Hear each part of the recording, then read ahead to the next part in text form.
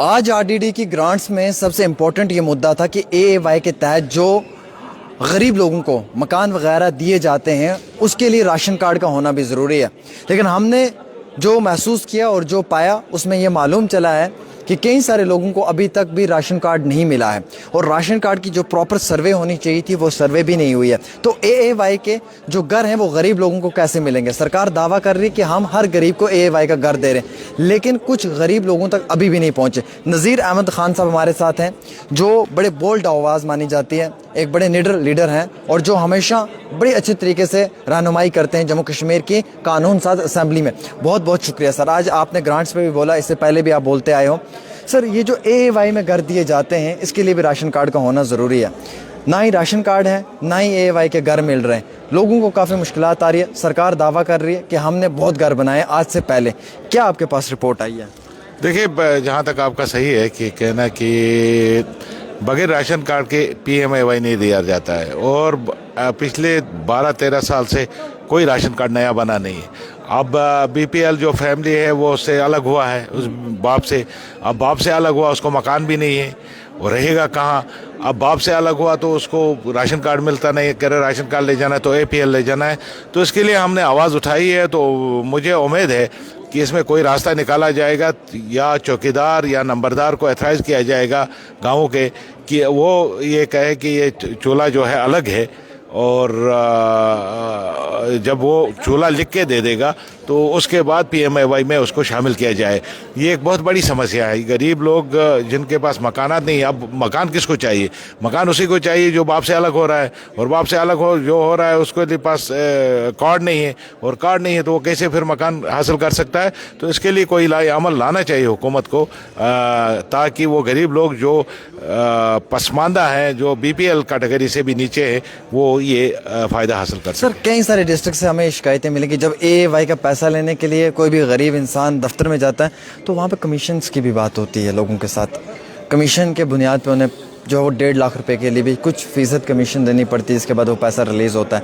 कई सारे लोग इस तरीके की शिकायतें करते हैं कि हमें जो है वो सरकार का दिया हुआ पैसा ऑन टेबल पूरा नहीं मिलता है। देखिए, मैकेनिज़्म है रियासत के अंदर, यहाँ विजिलेंस है, यहाँ क्राइम ब्रांच है। अगर कहीं ऐसा हो रहा है, उन लोगों को चाहिए विजिलेंस से रब्ता करें और उस ऑफिसर के खिलाफ या उस मुलाजिम के खिलाफ जो ये काम कर रहा है उसको ट्रैप कराए। बाकी दूसरे इल्ज़ामात देना, मैं भी किसी के बारे में कह सकता हूँ ये रिश्वत खाने वाला या राशि है, वो उससे बात नहीं बनती है। बात बनती है जब आपके पास प्रूफ हैं। आज आपके पास वीडियो है, आप अपने मोबाइल पे वीडियो उठा सकते हो किसी को अगर पैसा पकड़ते हुए। तो ये चीज़ें लोगों को सामने लानी चाहिए तो उनके खिलाफ कार्रवाई की। बाकी इल्ज़ाम देने से कोई मसला हल होने वाला नहीं है। सर, एएवाई के हमने देखा है जब तक घर जो है वो बड़े पहाड़ी इलाकों में, बड़े पहाड़ की चोटियों पे हैं और उन इलाकों के अंदर घर जो हैं उनसे राशन के स्टोर्स बहुत दूर हैं। एक तो ये चीज़ भी है, स्कूल्स भी बहुत दूर हैं, कॉलेज तो हैं ही हैं, दूर हैं। सर, इस तरीके के लोग जो बड़े फार फ्लंग एरिया में रह रहे हैं या जिन लोगों के लिए एक बड़ा चैलेंज है, किस तरीके से हुकूमत देखती है? देखिए, एक तो 1500 जो है नए फेयर शॉप जो परसों ग्रांट्स में उसने बोला मिनिस्टर ने हम खोल रहे हैं, उससे भी काफ़ी फ़र्क पड़ेगा। लेकिन पहाड़ी इलाकों में जैसे मेरा इलाका है वहाँ फेयर प्राइस शॉप चलेगा नहीं, क्योंकि 6 महीने के लिए राशन डंप करनी पड़ती है वहाँ बिकॉज ऑफ स्नोफॉल। तो वहाँ पर नए स्टोर खोलने की ज़रूरत है, नए स्टोर बनाने की ज़रूरत है। तो आपकी बात दुरुस्त है, पहाड़ी इलाकों में ये फेयर शॉप जो है प्राइस फेयर शॉप खोलनी चाहिए और उसके लिए कोई 2500, शायद मुझे 1500 के 2500 रखें। मुझे उम्मीद है कि वो लोगों तक पहुंचेंगे और इस साल काफ़ी इसमें फ़र्क आ जाएगा। सर, हमने देखा कि जो मुलाजमीन है जैसे डेलीवेजर हैं या कॉन्ट्रेक्चुअल मुलाजिम है या नीड बेस्ड वर्कर है, शायद जिसके 50-100 रुपये त्यारदारी है, महीने के 2500-3000 बनता है। सर, वो एएवाई में भी नहीं है, बीपीएल में भी नहीं है सर, वो एपीएल कैटेगरी में आता है सर। और कई सारे लोगों को जो है इसमें गवर्नमेंट ने ले लिया है फैसला कि कैजुअल लेबर जो है वो बीपीएल के ज़ुमरे में आ जाएगा। और आप देखेंगे इसमें मुझे उम्मीद है इंशाल्लाह बहुत जल्द एक आर्डर आएगा गवर्नमेंट की तरफ से कि जितने भी कैजुअल लेबर हैं वो बीपीएल ज़ुमरे में आ जाएगा। आपकी बात की सही है, कोई कैजुअल लेबर के नाम से बेचारा 2 महीने तनख्वाह लेता है 4-8 हज़ार और बाद में साल भर उसको कुछ नहीं मिलता है। उसके बाद हम कहते हैं गवर्नमेंट मुलाजिम है, उनको इस ज़ुमरे से निकाला जाएगा और मुझे उम्मीद है कि अगले 1-1.5 महीने के अंदर इस पर एक आर्डर आ जाएगा। सर, चॉपर सर्विसेज नहीं मिलती हैं सर लोगों को टाइम पे, किसी भी डिस्ट्रिक्ट की अगर आप बात करेंगे कहीं पे भी सर। हुकूमत का क्या कोशिशें रहेंगी सर इस चीज़ को लेकर, क्योंकि देखिए आप एमएलए, आप भी बहुत कोशिश करते हैं, जब आपके पास कोई केस आता है तो आप उस केस को बड़ा पॉजिटिव लेते हैं, लेकिन रिस्पॉन्स आगे से बड़ा ढीला आता है सर, ये क्या काज है? देखिए, एक तो हमारे स्टेट के जो दोनों हेलीकॉप्टर हैं वो पिछले 10 साल में ख़राब करके रखे हैं। अच्छा। वो ग्राउंडेड है, अभी एक पे रिपेयर हो रहा है और दूसरे पे रिपेयर करने की मुझे लग रहा है वो टाइम लगेगा।